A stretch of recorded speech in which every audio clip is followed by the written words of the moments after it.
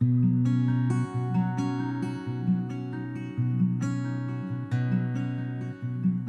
်တော်ကတော့ကာကြီးခဝေ music video လေးမှာ writer နဲ့ director ဖြစ်ပါဝင်လာတယ်ပေါ့နော်ဒီကာကြီးခဝေတခြင်းလေးကိုစပြီးတော့ကြားလိုက်ရတဲ့အချိန်တုန်းကဒီကျွန်တော်အပြင်မှာလည်းတကယ်ဖြစ်နေတဲ့ငငယ်ရွယ်နဲ့အလုံးလုံးရတဲ့ကလေးလေးတွေဘဝကိုပြေးပြီးမြင်မိရပေါ့ဒီလမ်းပြောက်ကလေးလေးတွေရဲ့ဘဝကိုကျွန်တော်တို့ကပုံဖော်ရမယ်ဆိုရင်တကယ်သဘာဝကြကြ documentary ဆန်ဆန်ရိုက်မှာပဲရမှာဒါပေမဲ့ကျွန်တော်တို့ကအခု animation အနေနဲ့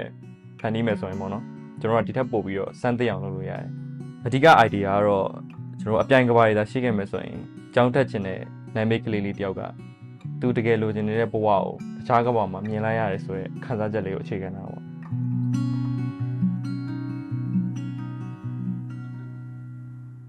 အားလုံးမင်္ဂလာပါ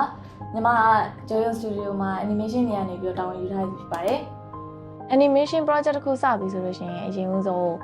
story တွေ concept တွေကို artist တွေအတီးတီးဖန်တီးထားကြရပါတော့အဲ့ဒီဖန်တီးလာတဲ့ story ပေါ်မှာမူတည်ပြီးတော့ animator ကနေပြီးတော့အရင်ဆုံးမူထည့်ကြည့်ရတယ်ပြီးတော့ပုံဖော်ကြည့်ရတယ်ပေါ့နော်စိတ်ကူးထဲမှာ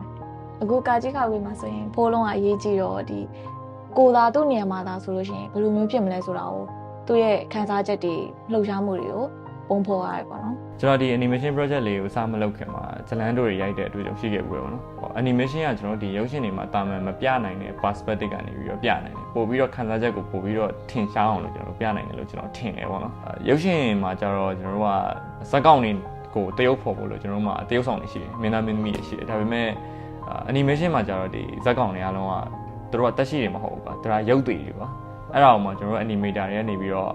game frame တစ်ခုချင်းစီကိုရွှေ့ပြီးတော့မှသူတို့ရုပ်ရှင်ဖြစ်လာအောင်အသက်သွင်းရတာပေါ့နော်အဲဒါကြောင့်ကျွန်တော် animation project တစ်ခုစတယ်ဆိုရင်ကျွန်တော်ကဒီ animation ကိုတန်းပြီးတော့သွားတာမျိုးမဟုတ်ဘဲနဲ့ကျွန်တော်ရှေ့မှာအရင်ဆုံးကျွန်တော်တို့ရှိတဲ့ team ထဲမှာရှိတဲ့လူတွေကပဲဒီဇက်ကောင်လေးတွေနေရာနေခဏတက်နိုင်ဆုံးပေါ့နော်အကြံဉာဏ်တရုပ်ဆောင်ကြည့်ပြီးတော့အဲ့ဒီဟာအောင်မှကျွန်တော်ကပြန်ပြီးတော့ဒီ digital animation ဖြစ် translate လုပ်ရတာပေါ့နော်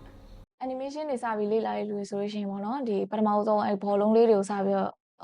animate လုပ်တာကိုကျင့်ရတယ်ပြီးတော့လို့ရှိရင်ဒီအဲ့ wall cycle တို့ပြီးရင် run cycle တို့ပြေးတဲ့ cycle တွေကိုကျင့်ရတယ်ပေါ့နော်ဒါပေမဲ့အဲ့ဒါကဘာဖြစ်လဲဆိုတော့တသက်မထဲဖြစ်နေပေါ့နော် reference video ကိုတွားခြင်းအပြင် reference video မှာတရုပ်ဆောင်တဲ့ပုံကိုကြည့်ပြီးတော့လောက်ကြတာပို့ပြီးတော့အဆင်ပြေရပေါ့နော်။ကျောင်းသားဖိုးလုံးပြေးဝင်လာတဲ့ဟာမှာဆိုလို့ရှိရင်လည်းဒီတိုင်းပဲတသက်မထဲတစ်ချောင်းလုံးပြေးနေရမျိုးမဟုတ်ဘဲနဲ့ကွာ reference video မှာကြည့်လို့ရှိရင်ပေါ့နော်ဒီပြေးတဲ့ဟာကတော့ခုံပေါက် YouTube ပျော်ပါပြီးတော့ပြေးလာတာမျိုးပြီးတော့လို့ရှိရင်လှည့်ပြီးတော့ OBO လှမ်းကြည့်တာမျိုးပဲအဲ့လိုမျိုးလေးတွေအများကြီးထည့်ထားပါပေါ့နော်။အဲ့ဒါလေးတွေကိုကြည့်ပြီးတော့လုပ်လို့ရှိရင်တော့ပို့ပြီးတော့အသက်ပါတယ်ပေါ့နော်။ပြီးတော့မှသူတကယ်ပြေးနေတဲ့ဟာမျိုးလေးကိုအဲ့လိုမျိုးထပ်ပြီးတော့ဆက်သွားတာပေါ့နော်အဲ့ဒါဆိုလို့ရှိရင်တော့ run cycle နဲ့အဆင်ပြေရပေါ့နော်ဒါပေမဲ့ခုနလိုမျိုး personality ထည့်ချင်တာမျိုးကြတော့reference video ကြည့်ပြီးတော့လုပ်တာပို့ပြီးတော့အသက်ဝင်ဒီ animation ထဲမှာဆိုလို့ရှိရင်ဖိုးလုံးရဲ့ OB ရဲ့ character နှစ်မျိုးကအဓိကပါတာပေါ့နော် OB ကို animate လုပ်တဲ့အခါမှာကျတော့ reference ကိုကြည့်ပြီးတော့လုပ်ဖို့တော့မလွယ်တော့ဘူးပေါ့နော်ဖိုးလုံးကို realistic လိုမျိုးသွားပေမဲ့ OB ကိုကျတော့ realistic သွားလို့မရတော့ဘူးပေါ့နော်သူရဲ့ with data တွေကကျတော့ဒီပေါ်ပါတယ်ဘောလုံးလို့ခဏခဏပြောင်းပြီးတော့ပြေးနိုင်တယ်ပေါ့နော်အဲ့လေးရှိတဲ့အခါကျတော့ realistic မကြပဲနဲ့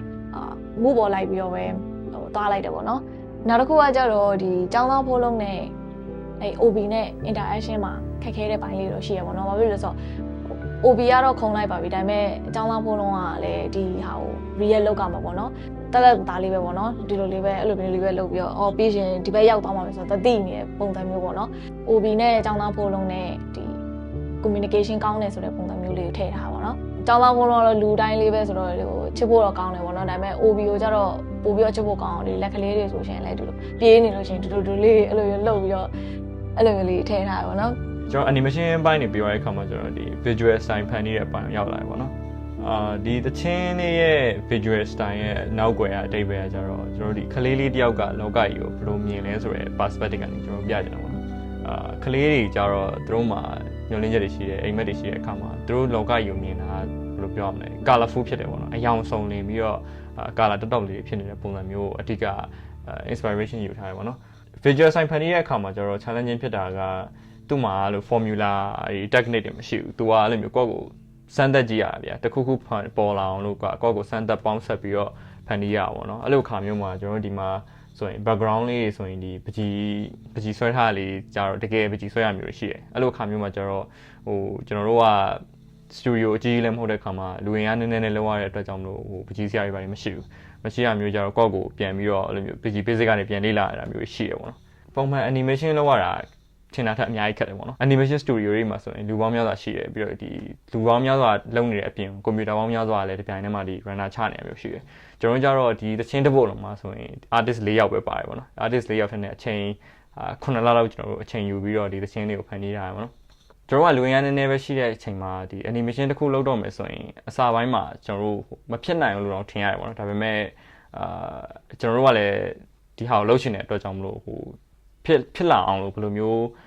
လုပ်မလဲဆိုပြီးကျွန်တော်တို့ဒီ protection အစမှာတွေကအများကြီး plan ချခဲ့ရတယ်ပေါ့နော်ကျွန်တော်တို့ဒီ Joyon Studio ရဲ့အဓိကရွေးချက်ကလည်းလူရင်းကနည်းနည်းနဲ့ကျွန်တော်တို့ဘယ်လောက်ထိ push လုပ်လို့ရမလဲဆိုတော့စမ်းစစ်ကြည့်ချင်တာပေါ့